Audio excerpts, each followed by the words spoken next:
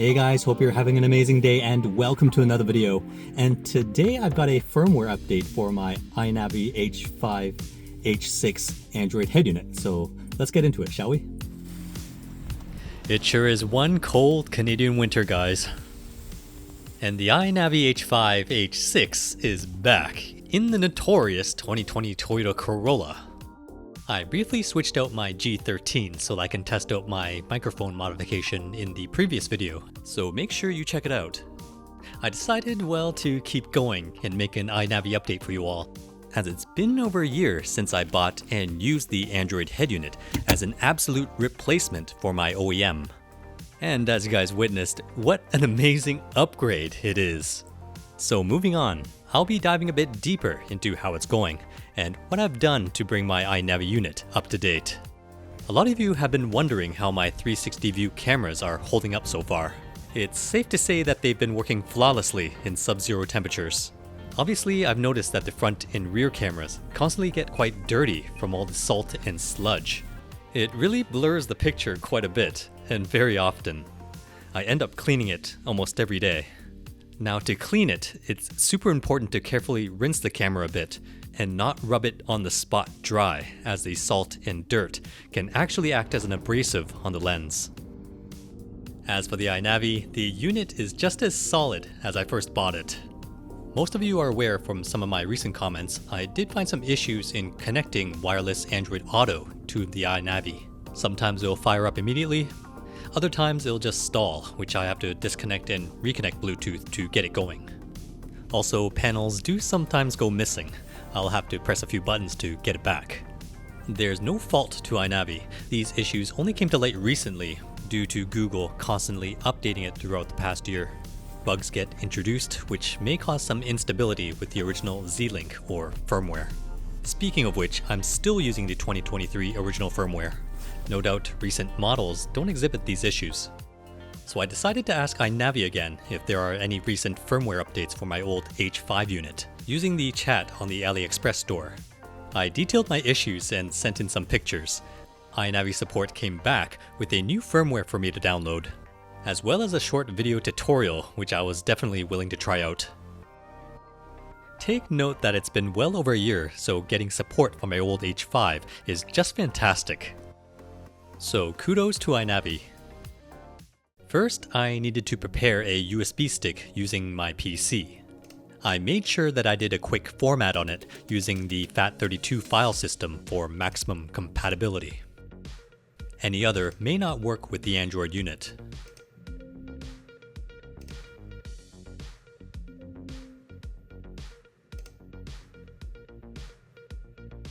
The AINAVI download file is 1.6 gigabytes, so you only need a small USB stick. The file is compressed in my favorite 7Z file format. I believe Windows 11 is able to open it up natively, but I love my old school 7-zip application, which has always been free by the way. We'll only need to copy out these two files to our empty USB stick, mcu.spd and spd.img. We won't need the other files, especially that ambiguous exe file. Don't touch that.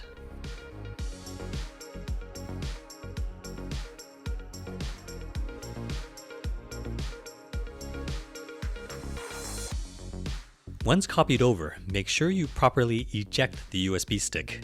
We definitely don't want corrupt files, especially with firmware.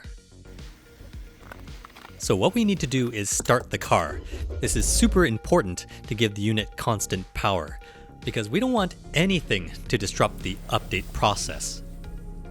Now a full disclaimer, there's a huge risk here and it's totally possible to brick your unit, either from having the wrong firmware, corrupt files, or just not completing the process. A firmware update is always a scary thing since there is no room for error, so please proceed at your own risk.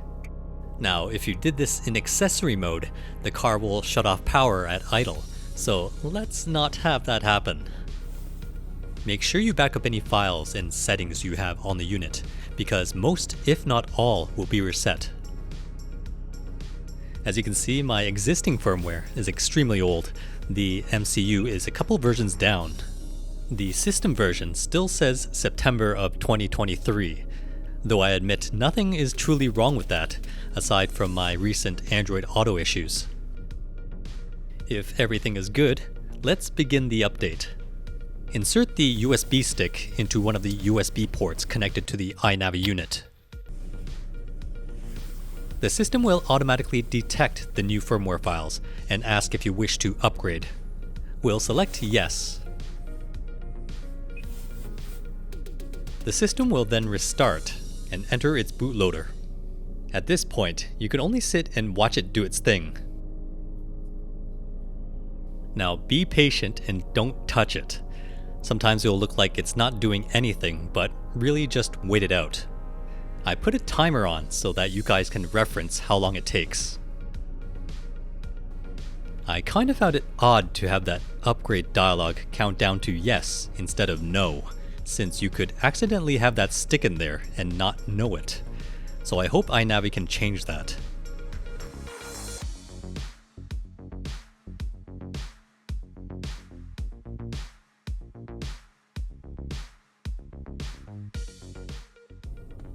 Oh shoot.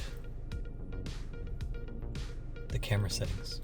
Okay, so here I realized I didn't save any of my 360 view camera settings, which would suck because I would have to recalibrate the cameras in the middle of winter. If I recall, the AVM app does have an export settings button. So guys, if you have a 360 view camera system, remember to do that before upgrading, as you can import your settings back.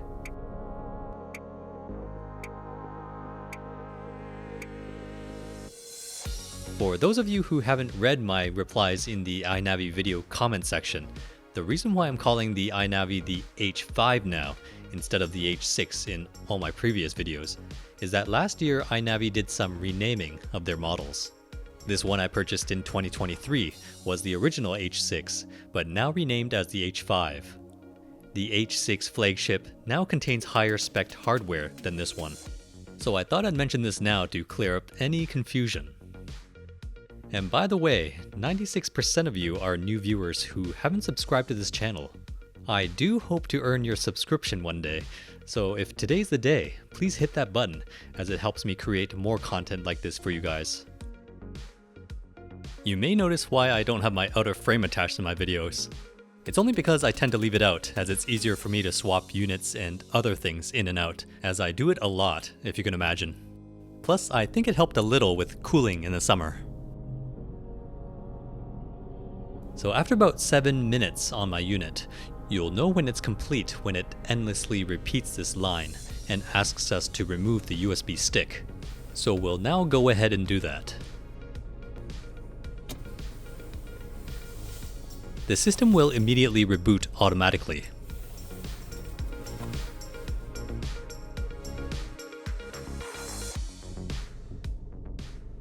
And again, just be patient.